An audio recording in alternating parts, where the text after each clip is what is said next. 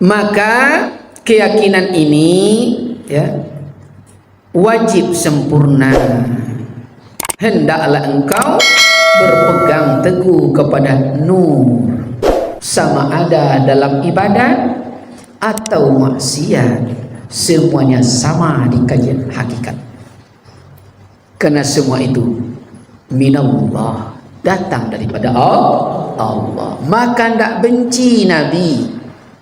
Dikasih orang dia tai kerbau, Nabi tidak membencinya. Karena orang itu Allah yang nyuruh. Paham Pak ya? Suatu hari, ini riwayat Pak, dan ini kisah nyata. Ridwan punya sahabat, sekarang masih hidup. Kami orang Danau Pak, tinggal di kota Pekanbaru. Rapat di masyarakat, keputusan rapat, dia ditunjuk jadi imam. Beliau menolak. Pokoknya saya tidak mau, tapi masyarakat menunjuknya. Malam besok ketemu dan kita. Apa jawan? Tak mengerti masyarakat. Awak tak mau jadi imamnya ditunjuk aja. Awak bawa ke guru. Balik kami ke Danau. Temu seorang murid daripada Engku Muda Hussein. Engku Muda Hussein adalah murid daripada Engku Muda Sangkal. Engku Muda Sangkal yang buat masjid jami di Air Tiris tahun 1901 tanpa menggunakan paku. Dibakar di zaman Belanda, tidak terbakar. Lalu apa kata guru? Siapa yang menunjuk engkau jadi imam? Masyarakat sekampung. Diulang di guru lagi. Siapa menunjuk engkau jadi imam? Orang kampung. Yang ketiga, siapa menunjuk engkau jadi imam? Berbisik. Kak Datuk enggak Ustaz. Akhirnya apa kata guru? Pulanglah engkau, balik. Dalam perjalanan hati berkata, apa Kak Datuk Ustaz? Enggak apa. 3 hari kemudian datang lagi. Penasaran nama Ustaz. Kita sampai kemarin lagi ya? Jadi jam 2 sampai situ. Perjalanan jam 1 Bu, Isra Mi'raj. Itu terus. Sampai di situ naik, dibuatnya kopi dia Datuk. Awak buat tu? Enggak, aku buat. Ditanya, siapa menyuruh engkau jadi imam? Kan potan nak kecil itu orang kampung. Apa jawab Datuk? Allah menunjuk engkau jadi imam lewat suara orang kampung. La ilma illa ma'allamtana. Kalau Allah udah berkehendak, yang tak tahu Allah yang ajar. Udah kamu paham? Maka Allah itu tidak akan pernah berpisah dari segala af'alnya. Terlihat di tubuh. Siapa yang menyuruh Ayanda pakai baju kotak-kotak itu tadi? Rabbaninya. Itulah yang mengaturnya. Yang mengikut namanya hamba. Yang mengatur Rabbani. Nah, tapi belum sampai di level itulah ya. Kebocorannya mah. Itu dia. Ya. Jadi kalau sampai di level itu, sama ada ibadat dan maksiat tidak berbeda, karena semuanya Allah. Maka semuanya kalimatnya pasti subhanallah, masya Allah, alhamdulillah, astagfirullah, na'udzubillah, Allahu akbar. Tidak ada keluar.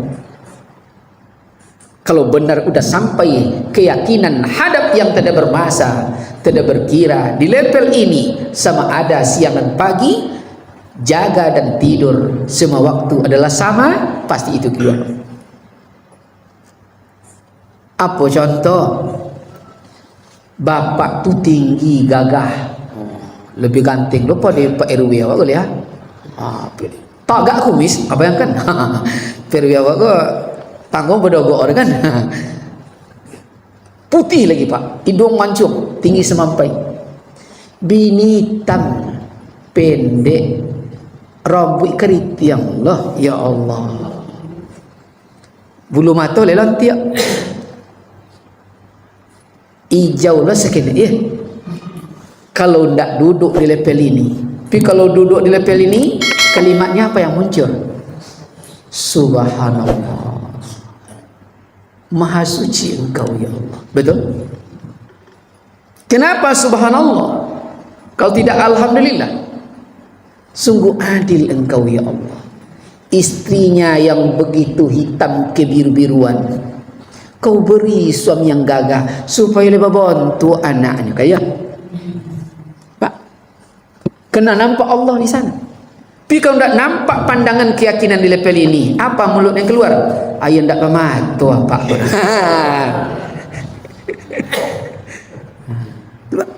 Kena tidak nampak Allah. Tak nampak. Kau nampak Allah Pak? Tidak ada. Pasti. Masya Allah, Subhanallah, Astaghfirullah, Allahu Akbar. Pasti kalimat thayyibah akan muncul. Itu puncak. Maka kelahiran Rasulullah itu puncaknya adalah akhlak. Itu puncak kebenaran tauhid, akhlak. Masuk di halaman. Oleh karena itu ya, yang sebenar-benarnya diri itu, itulah nyawa. Dan sebenar-benar nyawa itu, itulah Nur Muhammad. Dan sebenar-benarnya Nur Muhammad itu, itulah yang disebut Zatul Hayat. Zatul Hayat, bukan Zat Hayyun dan lain sebagainya. Setengah ulama arif billah berkata, bermula sebenar-benar diri itu, roh adalah tak kala dia merasai sekalian tubuh, maka bernamalah nyawa. Nyawa. Dan tak kala ia keluar masuk di tubuh, maka bernamalah roh itu nafas. Dan tak kala ia berkehendak kepada sesuatu, maka bernamalah dia hati. Maka hati adalah kehendak. Dan tak kala ia ingin menguasai sesuatu itu, maka bernamalah waktu itu dia nafsu. Dia roh itu juga. Dan tak kala ia mulai memilih akan sesuatu, maka bernamalah dia di waktu itu ikhtiar. Dan pada saat tak kala dia telah yakin mendapatkannya, maka bernamalah dia iman. Maka iman itu tasdiq bil qalbi, membenarkan yang di hati, diucap di lisan, kun dan fayakun. Kan tak payah doang. Itulah hakikat doa, tidak ada yang lain. Dengarkan di sini. Maka untuk sampai itu wajib senyawa luar dan dalam. Nah, itu boleh kita praktek tu Pak. Mati kita tua dinda. Ada bok korek api petang ni Pak. Ini ada praktek tapi kajilnya. Ini harus diprakteknya. Akhirnya Allah itu dalam batin hambanya. Ridwan coba Pak, pemahaman Arif Billah ini, di rumah namanya dipanggil abang, bang, di kantor dipanggil rektor ibaratnya, di depan mahasiswa dipanggil dosen, di depan anak dipanggil ayah, di depan mertua dipanggil menantu, di depan cucu disebut namanya datuk. Siapa dia? Henry. Satu orang. Paham? Tuh.